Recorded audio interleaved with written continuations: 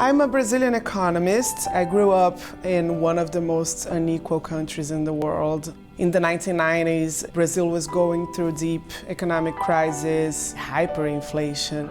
Economics was part of my life even before I understood this was about economics.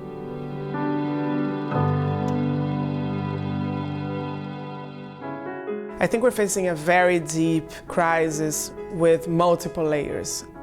A cost of living crisis happening everywhere. The middle class households, even in the global north, is suffering the impacts of inflation and is seeing their purchasing power falling over time. But then when you go to the global south, this basically means millions of families and households that just cannot eat or buy any food. And this is really what's leading to a lot of the social unrest that happened in many times in history when we are facing this kind of situation.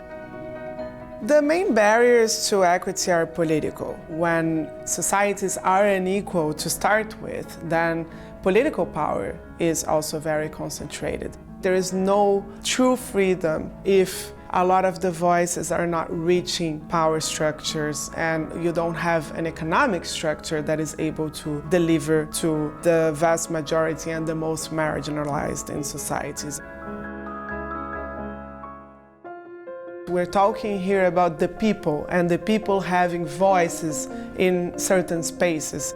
I am Director of Equity in Global Programs at the Open Society Foundations, and I mean by that racial equity, gender equality, income and wealth equality, as much as geographical equality. Open Society has been working with organizations that represent different communities that are marginalized in their own countries, by their own governments.